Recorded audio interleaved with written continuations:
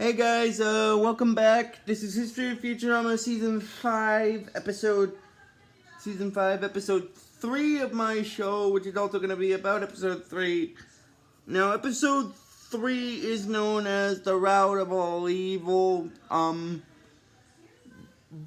before I start talking about it, I'm just going to mention two things. First of all, this is going to be the first video that I do for 2023 and everything. And that kind of also leads into my second point before I start actually talking about this episode. I'm going to be going to bed right after I record this video because I got to go to day program tomorrow and stuff. So I'll probably post it the same day, but I'll post it after I get back from day program. Anyway, that's all I just wanted to mention before I started talking about this video. Anyway, as I was saying before, this is History of Futurama Season 5, Episode 3 of my show, which is also about Episode 3. And Episode 3 is known as the Route of All Evil. Now what it means by the Route of All Evil is actually, it's because it's a paper route thing, and I'll explain why now, but first I'm going to get into the actual storyline of this episode. Basically, the storyline of this episode has to do with, Hermes and the Professor's sons, starting a competing delivery company against them, which in this case is just a newspaper delivery route. Oh my god. Anyway, I just wanted to get that out of the way before I started talking. Anyway, what happens is, the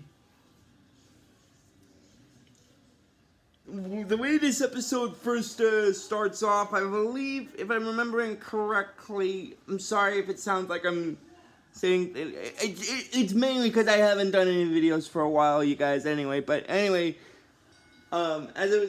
basically the way this episode starts off is both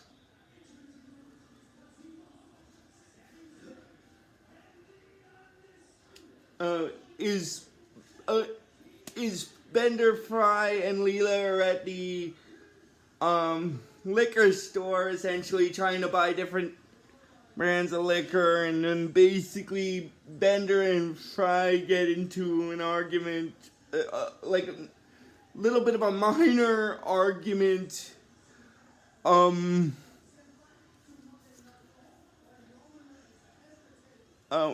first what happens is, Hermes and the Professor are both angry at their sons, basically, because the way Hermes says it is like, he says something about a cursed thing, and he says that his own son has been expelled from boarding school, and then basically, since Qubert is the Professor's clone, basically the way he words what he says is, "And Qubert, I cloned you from one of my warts, and I can send you my back." And then basically that's when Zoidberg comes in.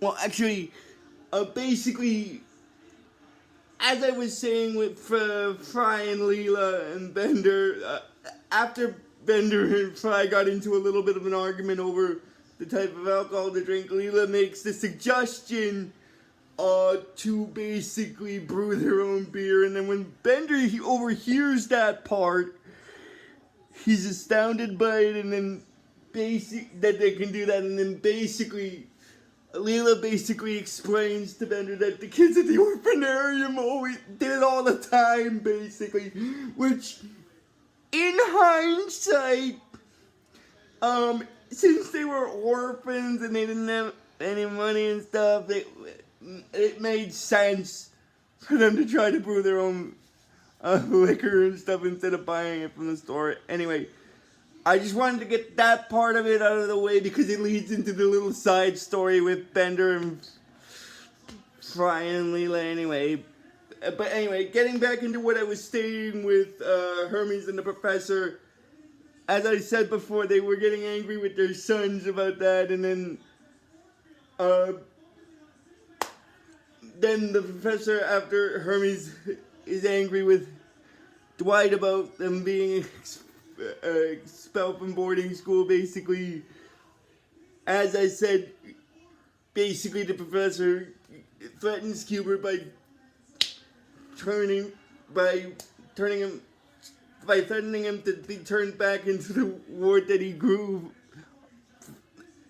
when he was on his back, because basically Qubert is the Professor's clone, so it makes sense.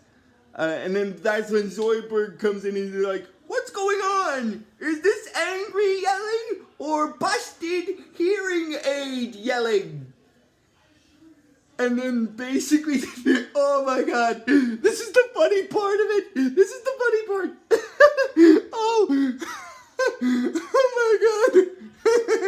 Oh my god, I'm sorry. But basically what happens is, Hermes is like, "I'm afraid it's both." And then basically, that's when the Professor turns in, "What?"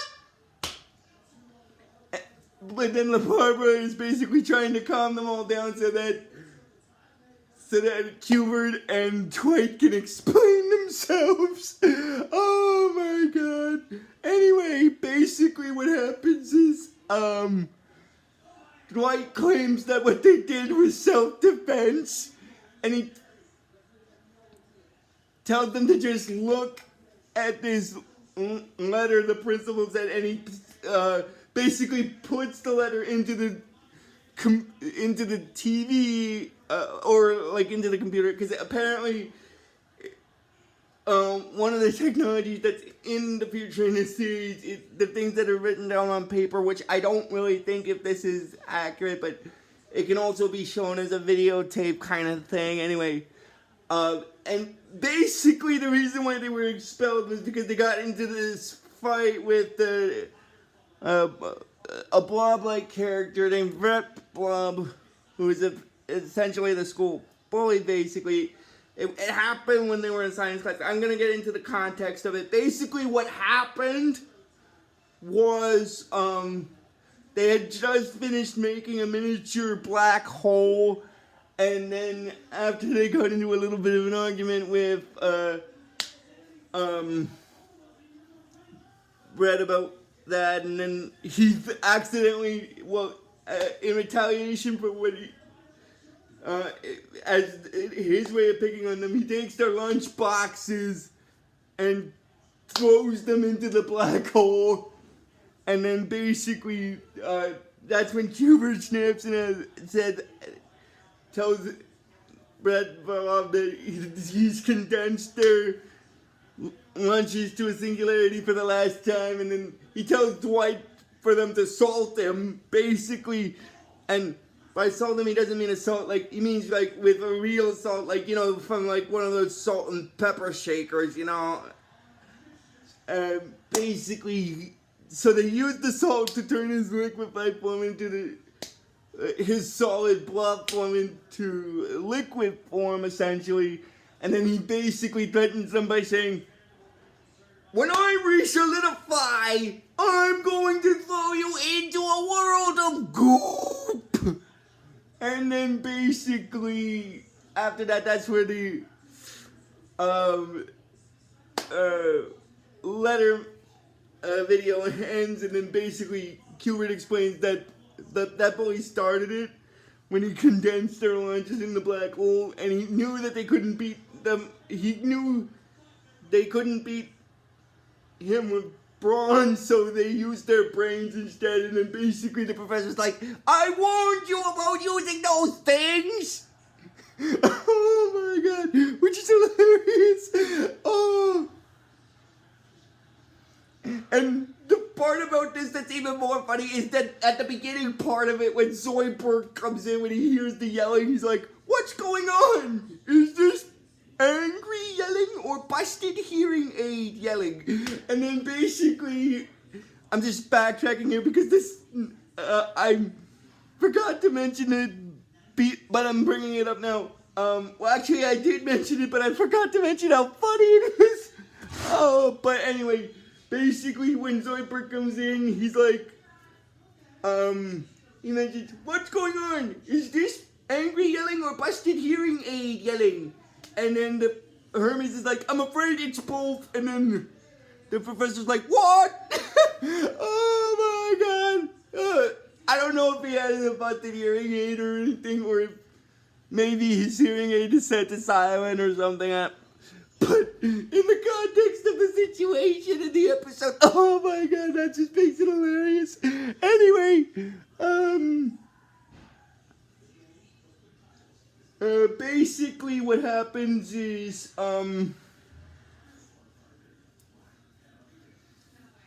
getting back into the segment with Fry, Leela, and Bender, as you know, from what I stated earlier, they're basically brewing their own beer, basically, and basically they got all the ingredients to brew it, and they basically use Bender as the pot to put all the beer ingredients in. So basically, for the rest of the majority of this episode, since they're using him to brew the beer, because he's a robot, so he's got parts that can brew the beer and stuff, he starts out with a little bit of an inflated belly, sort of like he's pregnant and stuff, which is not true in this case. They're just using him as a brewery, so he's full of alcohol and they need it. But anyway, when they put the ingredients into Bender,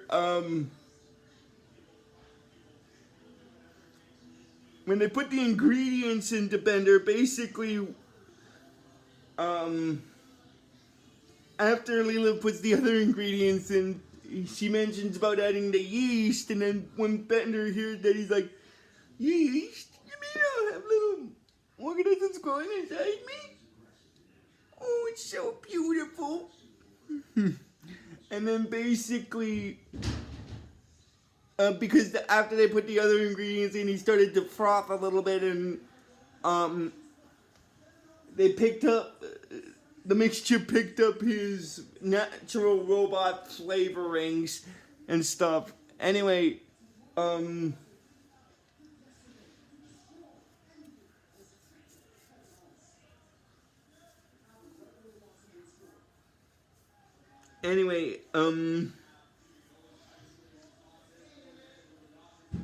basically what happens is, after that, getting back into it with Dwight and Qubert, basically, they invite both of their fathers to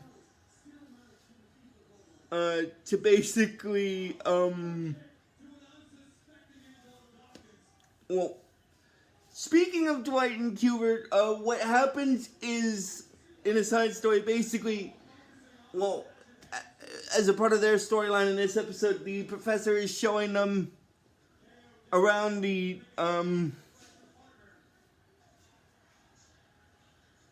different half-finished inventions that he made in his laboratory, and oh my god, I'm sorry, but this is hilarious. One of the inventions that he made is a device that allows people to give commands to other people, but when they talk, they use his voice. And the reason I bring that up, oh my god, the reason I bring that up is because it's really funny. Oh my god, the reason I bring it up is because it leads into a funny situation. Both funny in a laughing sense and funny in like, how could they not figure it out kind of sense. But anyway, I just wanted to get that out of the way. And then but anyway, when he shows them that device, and then basically Dwight wonders who the target consumer is, and then basically the professor, says that there aren't no consumers, only targets. There is no target consumer, only targets. Targets who will bellow out orders to other people that have my booming voice. And the funny thing about it is Qubert uses the device to basically insult his own father, like he's like in his own voice. He's like, "Good news, everyone! I'm a horse's butt. I'm a horse's butt." And then he's like, and then the professor's like, "I am. That isn't good news at all." Oh my god. Anyway, that leads into what,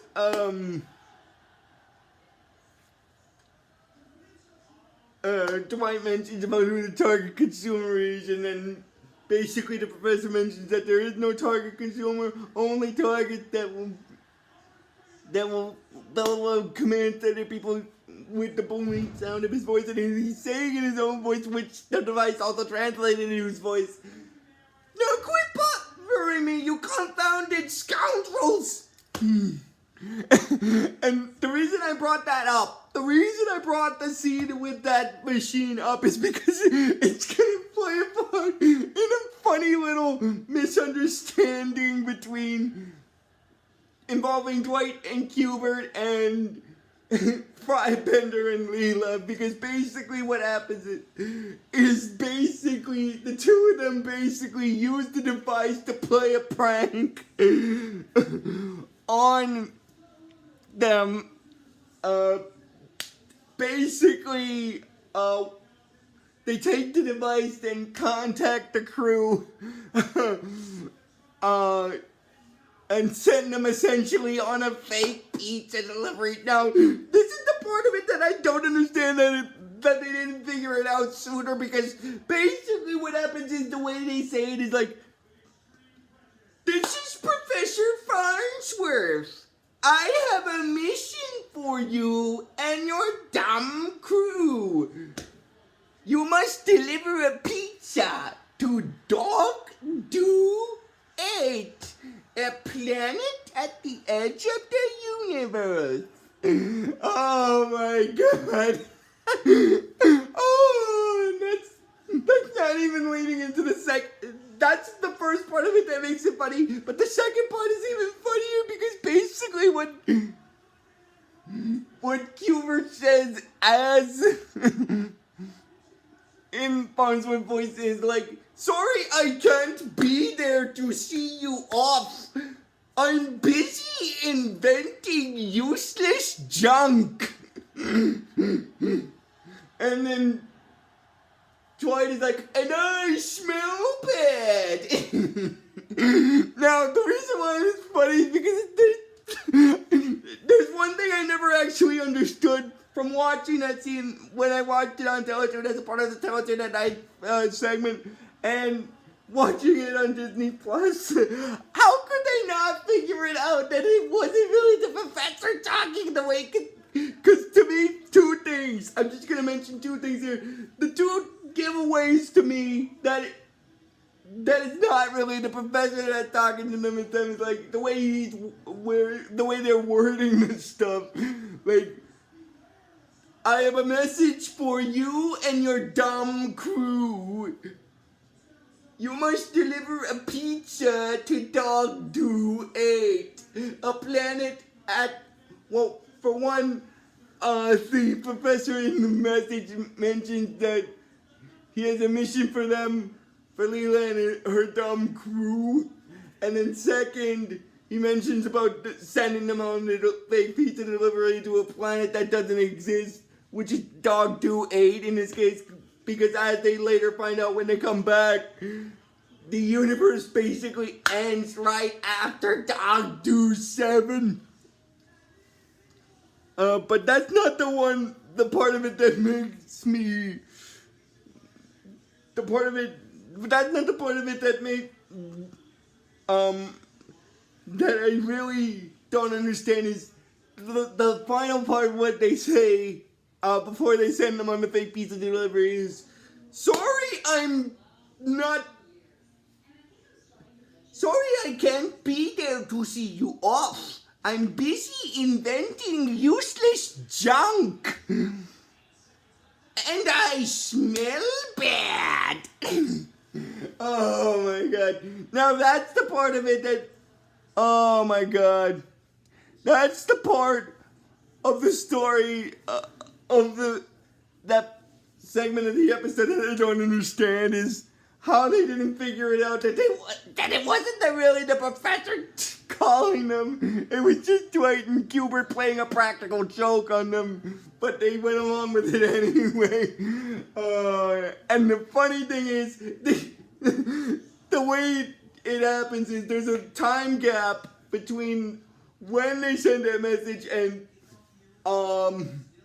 when the crew went on that mission. They were gone for basically an entire week.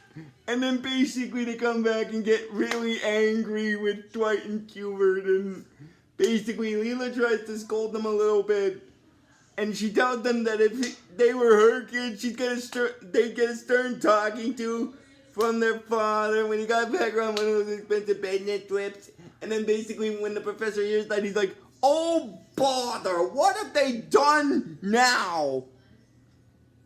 And then Bender basically starts pulling up his sleeves like that, and he's like, those pork dumplings sent us on a fake pizza delivery. And then Fry explains to them that the address was Dogdo 8, but the universe, this is the funny thing, the universe ends right after Dogdo 7, so there's no Dogdo number 8 planet. Oh my god. And basically, after Hermes hears that, basically, he asks them if that's true, and then basically Dwight tries to defend them for what they did. Because he basically said that, why are they blaming them? Because their dummy brigade wasted an entire week on an obviously fake mission. Now getting off topic here, I'm just going to mention this again. I kind of have to agree with Dwight in this case. Like, how could they not figure out that it wasn't really the professor talking to them because of the way they were wording it? It just, to me personally, the words that they were saying in the professor's voice were kind of a dead giveaway to me that it wasn't really him. Anyway, I'm not trying to inject logic into the situation. I'm just saying that from a personal I'm just saying from the perspective of the viewer, even I knew that wasn't really the professor in that case. How could they not figure that out? Anyway, oh my god, I'm sorry. I just wanted to get that out of the way though. And then basically, Qubert mentions that they're making bootleg beer inside company property, and then Bender tries to downplay that, but then he burps, which causes the stuff to basically bubble in his mouth, and then the professor gets mad at them for that, and then they decide to discipline them, and then Bender's like, ooh, here comes violence, but basically the way they discipline them is basically just by telling them, because basically Hermes actually agrees with the professor about that, and then basically Bender gets excited because he thinks there's going to be violence, which there isn't. Hermes just basically tells them to get a job, and then basically Bender's like, ugh, I guess if you want children beaten, you're going to have to do it yourself. And then basically they invite,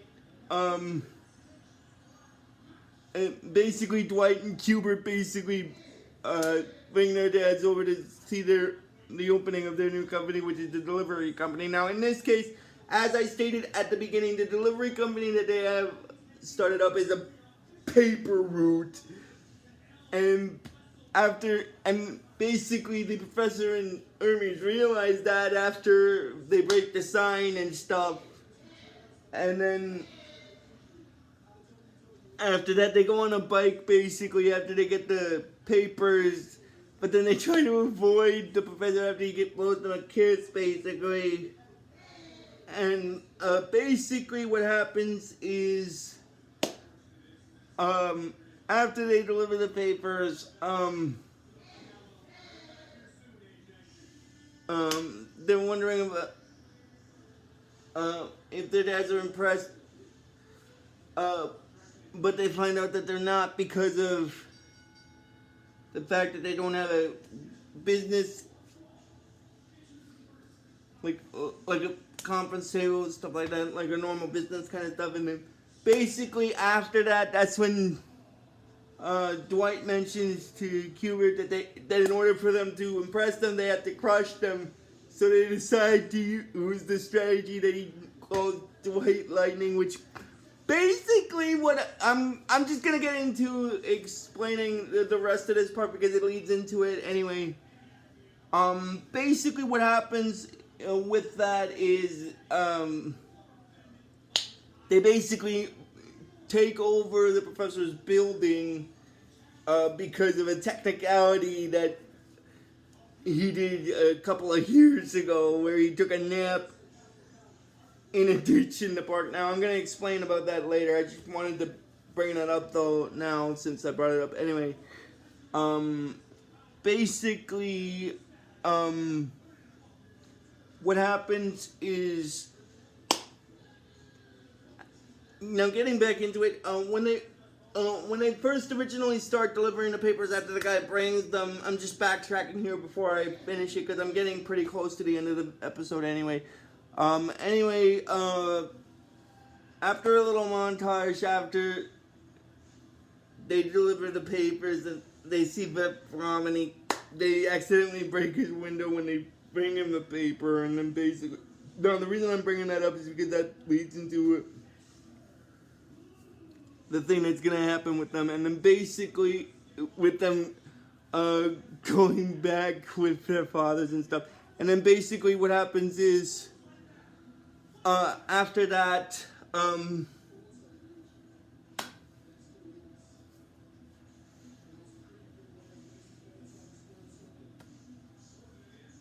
the strategy, getting back into what I mentioned with the strategy, Dwight Lightning, and then basically, the professor and Hermes explain to them that their sons have become successes in the field, same field as them, and they're appalled by it, basically.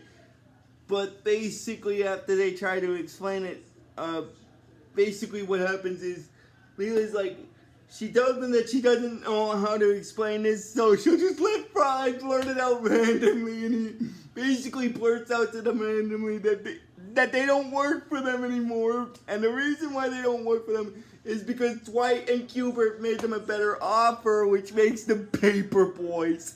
Anyway, and after that, what basically happens is they basically take over the professor's building, as I said before, because of a technicality. And what I mean by a technicality is what happened. They think he declared himself dead 3 years ago as a tax dodge, but to him he didn't do it as a tax dodge. He just did it to take a nap in a ditch in the park. And because he's like, tax dodge nothing. You take one nap in a ditch in the park, and they start declaring you this and that.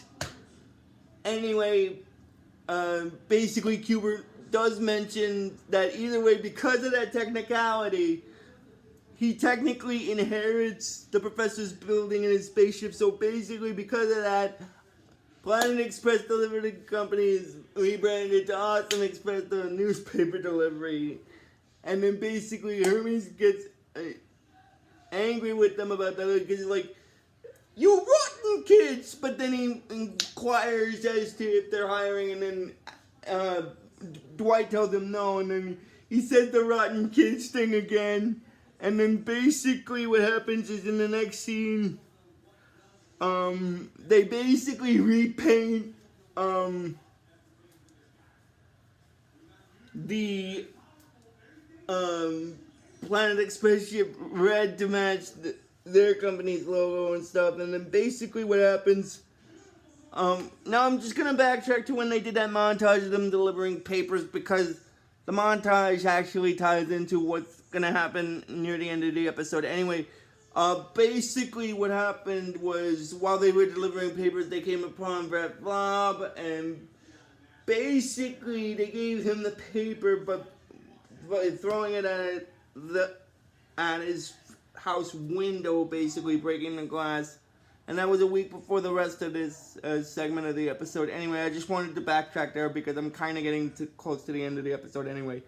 But anyway, after that, what happens is, after the professor and Hermes leave the building because of them being essentially kicked out because of it being taken over because of a technicality, what happens is, after that, when they see the ship fly off, basically, the professor tells him, he's like, "Oh, did I ever tell you how I used to own that ship?" And then basically what happens is, then it goes into a scene with Fry, Bender, and Leela in the living room area of the building. And then basically what happens is, Bender is basically singing, like the nursery rhyme "Hush Little Baby" thing, but in this case, it's like, "Hush little baby, don't you leak. Daddy wants to drink for at least a week." And then basically what happens is, then he realizes that his belly is starting to rubble, which means that it's time for the beer to come out of him because it's done being brewed. And then basically what they do is they put him on the conference table, and basically they use it as a delivery table for the baby kind of thing. In this case, it's the delivery of alcohol into bottles, basically. And then after, because they actually were wondering what Bender was going to name it early on when he felt it ferment and stuff. I'm just backtracking here because I'm kind of getting close to the end of the episode. Plus, I'm trying to hurry this as fast as I can because I gotta go to a day program tomorrow anyway. Anyway, basically what happens is, after, what happens is, while they're delivering, Fry mentions to him that he's almost there because he just needs to fill 2 more bottles. And basically, I'm just gonna backtrack to what I mentioned before about what Bender was gonna name it. Basically, he was gonna name it Bender Brow if it was an ale, or Botweiser if it was a lager, basically. And basically, afterward, Fry mentions that after Fry finishes getting all the beer into the things, he mentions that it's an ale, 5 gallons and 6 ounces, and then Bender's all happy that his beer's fully made. And then basically that's when Dwight and Qubert come in, and then he mentioned, then they get angry with them about using the delivery building as a delivery room, and well, because Dwight gets angry with them about that, and then Qubert mentions about them delivering a huge amount of papers, delivering a huge amount of papers, and this is how they greet them with a bunch of cold beers. And then basically Fry inquires about that. How did they deliver so many papers in about 1 hour? And then basically they try to act all snarky about how they did it because they said that they're awesome and stuff. But then they get caught in the fact of it, because basically what happens is Leela picks up the phone to get a call, and she mentions to the person on the phone, because the person on the phone mentions that they haven't gotten their paper in an hour, basically. Now, the reason I'm bringing that up again, because basically what they did, the reason why they were so able to deliver a lot of papers in 1 hour is because they didn't get all the papers to them because apparently, as they state when they go to talk to their fathers,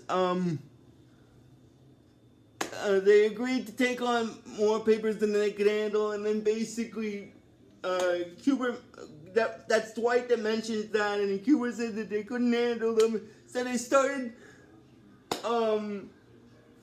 dumping the extras in a crater on the moon, and all everyone's basically,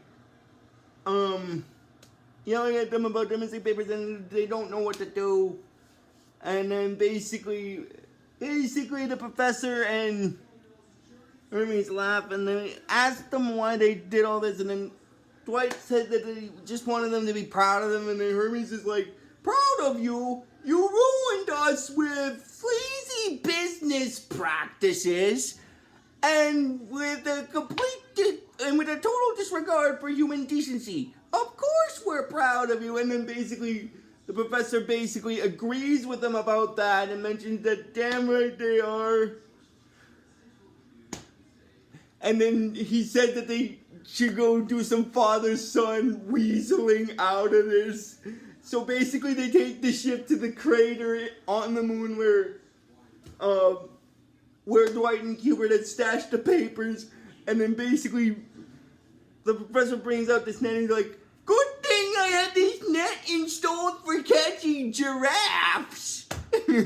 Oh my god, I'm sorry, that's just hilarious. Because he had a net installed for catching giraffes on the ship. So it comes in handy with picking up the papers that they dumped in the crater on the moon. And then they use this basically like a rapid fire machine gun to shoot papers out of instead of bullets. And then basically Hermes uses it, and then basically Dwight asks Hermes if he can use it as well, and then he's like, what kind of a and he tells Dwight what kind of a father would he be if he said no. And then basically they finish delivering almost finished delivering the papers. And then what happens is when they realize that the last house belongs to Brett Blob, they start getting scared and wanting to run away. And then basically, after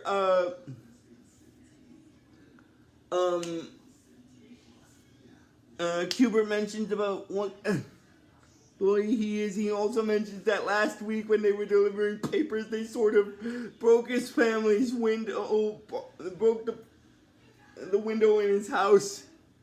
And then basically, Hermes mentions that it's all right. What do they do?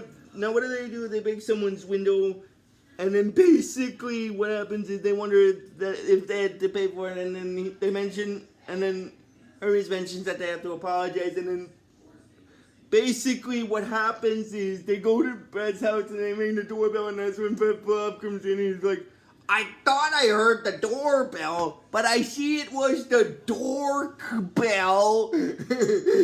And then basically what happens is after that, they start, not really laughing, but quietly laughing about that. And then basically the professor's like, no need to give us the business. We'd like a word with your daddy. So basically Brett calls his dad over, and then the fathers get into an argument about what happened, and then basically they start fighting, and then basically Brett's father digests them basically, and they end up in the hospital because of that.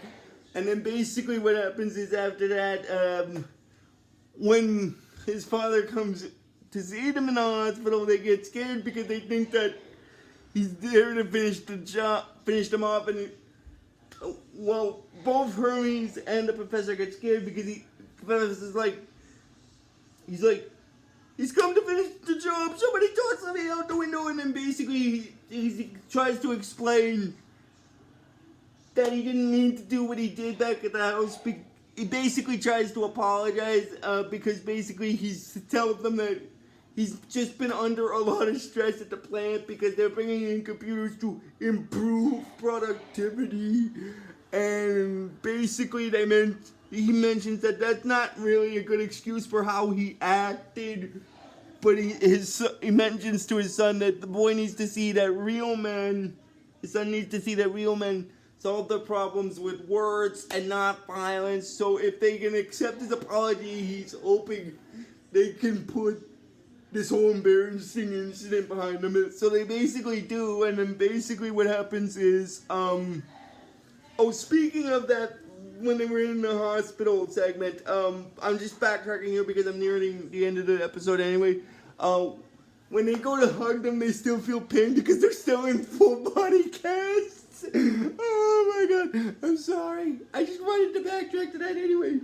And then getting back into what I was saying near the end of the episode, basically that's when Bender shows up he's like, "Hey, chumps! I heard you were on the ash end of an ash kicking, so I brought you a couple of these bad boys," which is, in this case, these babies, which is the alcohol that he brewed, and then basically, Hermes says that why not? Might as well have these while there's still some left. While he's got this cast on, and then basically the professor wonders if Mr. Blob wants to join them as well, and he said that sounds like a plan. And then basically Hermes mentioned that this is what makes life worth clinging to. Three fathers enjoying time out with their sons, basically, and then after that,